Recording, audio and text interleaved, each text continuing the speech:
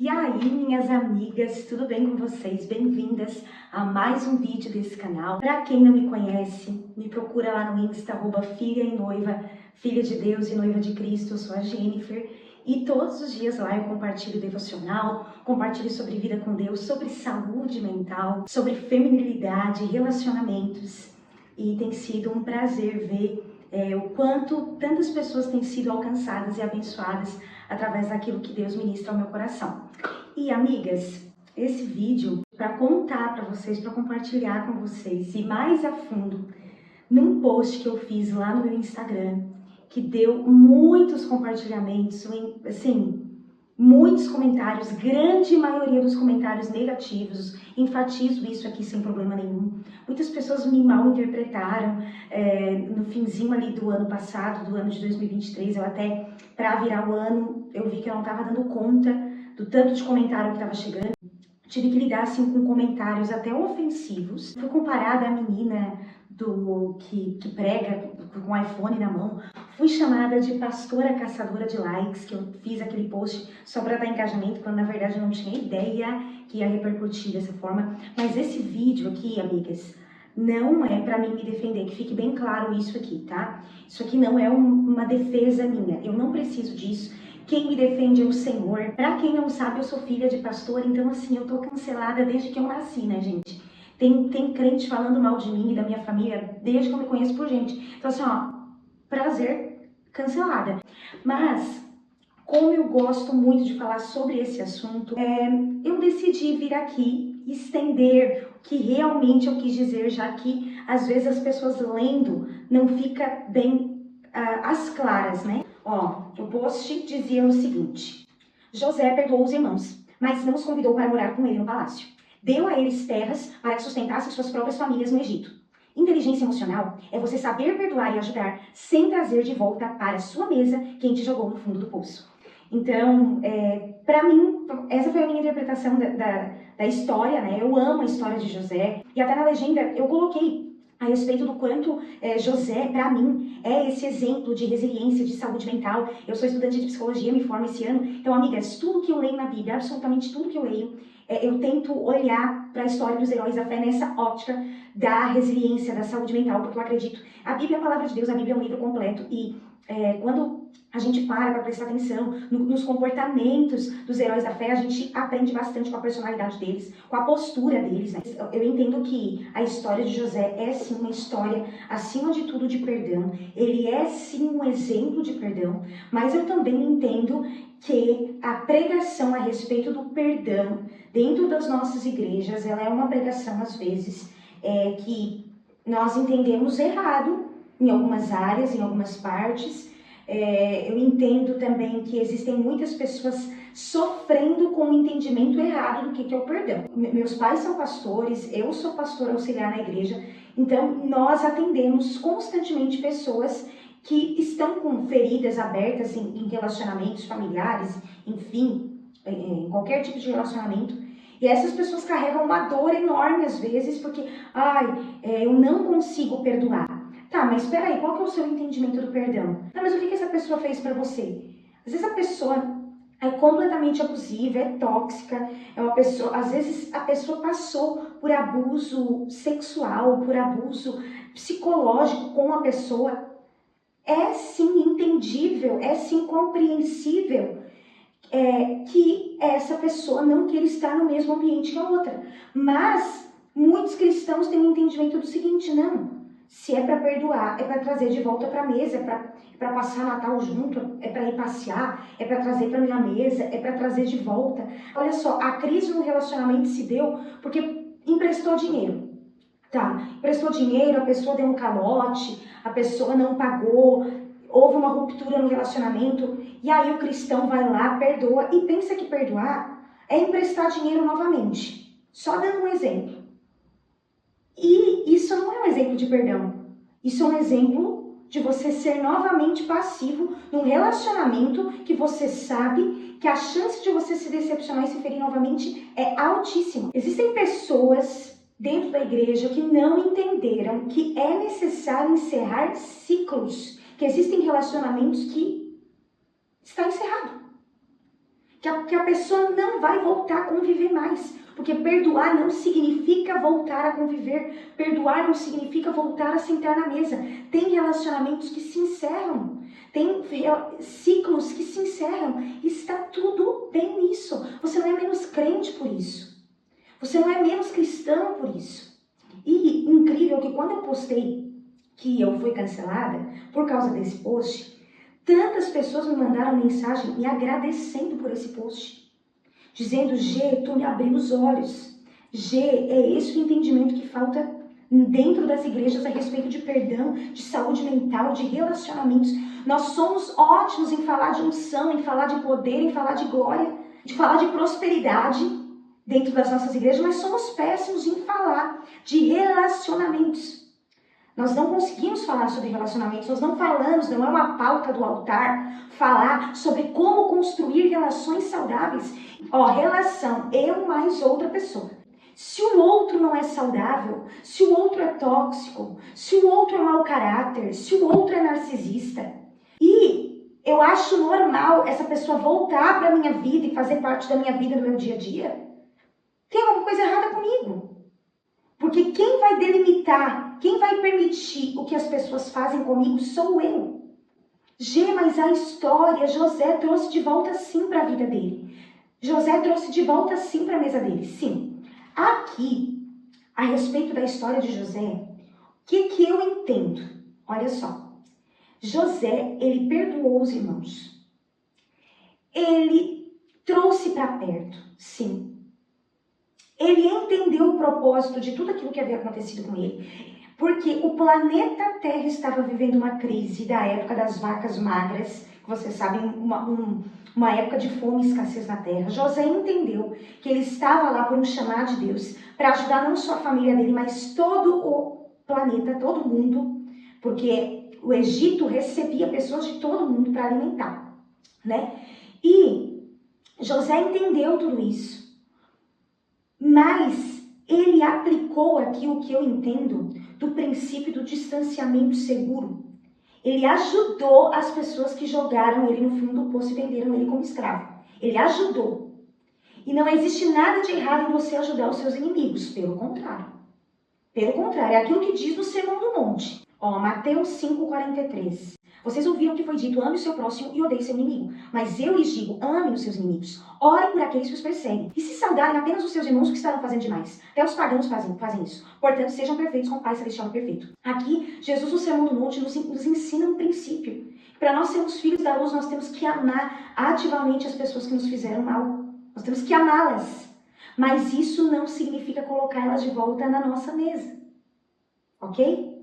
Porque o que José faz que me chama a atenção? José, ele não coloca os irmãos dele para morar junto com ele no palácio. Os irmãos dele não vão ter a vida de rei que ele tinha.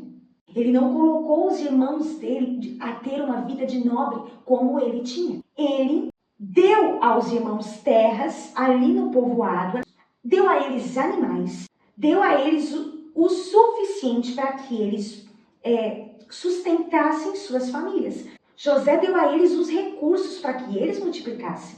Mas eu digo isso para nós entendermos, porque eu mesma já atendi diversas pessoas. Tem esse entendimento de que nós podemos perdoar sem reaproximar. Ame a todos, suporte uns aos outros com amor, mas caminhe com alguns. E até eu fiz um outro post sobre isso, para compartilhar o meu entendimento maior sobre essa questão de José. Eu postei assim: antes de José se revelar para os seus irmãos, ele esperou que o coração deles fosse revelado com o tempo. Analisou suas atitudes e só depois se aproximou e se abriu para uma reconciliação. Perdoe sempre, mas pense e avalie com sabedoria quem você vai permitir voltar para a sua vida. Eu compartilhei aqui também esse entendimento que Deus me deu sobre a história, de que José, mesmo sendo esse homem muito rico, ele não deixou com que a sua família perecesse, mas também não permitiu com que se prevalecessem dele. Isso é inteligência emocional. Muitas vezes, quando perdoamos e trazemos de volta aquela pessoa que nos feriu, sendo que às vezes o caráter dessa pessoa não foi moldado pelo Senhor, nós acabamos permitindo com que essa pessoa nos fira novamente e dê sequência a esse ciclo de ferida nas nossas relações. Deus nos deu o espírito de sabedoria e de revelação.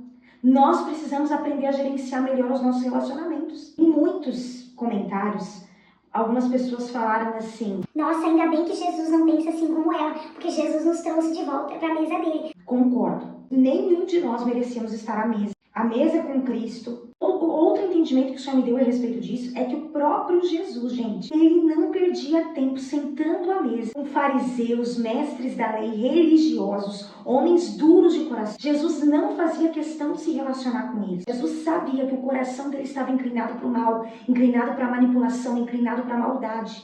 Eles não estavam abertos para receber a verdade, eles só tramavam no coração deles a morte de Jesus. Não, Jesus não se assentou à mesa com todos. Jesus, nos seus 3 anos de ministério aqui na terra, ele foi sábio, ele soube sentar nas mesas corretas, ele soube cumprir aquilo que Deus havia mandado ele fazer. Então, existem relacionamentos em que nós vamos nos deparar assim com Pedros, que vão negar, que vão nos abandonar, que vão nos decepcionar, mas são pessoas que vão amadurecer e que merecem voltar para a nossa mesa e que ainda vão nos dar muita alegria e muito orgulho. Assim como nós podemos ferir algumas pessoas porque somos falhos, mas se nos arrependermos de coração, podemos voltar a reconstruir relacionamentos saudáveis. Eu tenho isso na minha vida. Tem pessoas que Deus tirou da minha vida, que eu fiquei ferida, que eu fiquei chateada, que eu fiquei decepcionada. E aí aquele tempo separado da pessoa foi importante para Deus curar meu coração, para tirar toda a ira, toda a raiva, toda a mágoa, para me liberar perdão. E hoje voltei a conviver com a pessoa assim, a pessoa amadureceu, eu também. Que bênção, que amizade de ouro. Na igreja nós temos muito isso, né? Mas também existem pessoas que eu perdoei, mas entendo que não existe uma chance para uma reaproximação, porque a pessoa não carrega os mesmos princípios que eu, mesmo sendo cristã, não vive aquilo que eu acredito que seja essencial para se manter firme numa amizade saudável. Deus nos criou seres saudáveis. Deus é um Deus saudável. E Ele deseja que tenhamos relações saudáveis para a glória dEle. Quero te lembrar que Paulo, para mim, é um grande exemplo. Ele caminhou com Barnabé, ele caminhou com Timóteo, ele caminhou com Lucas, ele caminhou com Marcos. E daqui a pouco ele se separava, dizia, não, vai tu para um lado, tu para o outro, Priscila e Áquila. E ele caminhou com várias pessoas.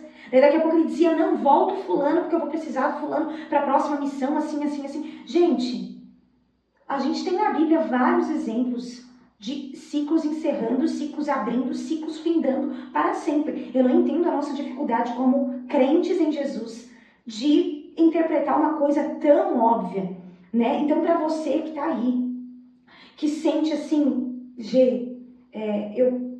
eu carrego esse negócio dentro de mim, que eu não quero voltar a me relacionar com tal pessoa, mas parece que por causa que eu não quero mais me relacionar com a pessoa, eu não perdoei. Minha querida, você vai precisar estudar sobre o que é o perdão, sobre o que é inteligência emocional, o que é inteligência espiritual, o que é inteligência nas relações, para você não caminhar com esse peso, com esse fardo de culpa.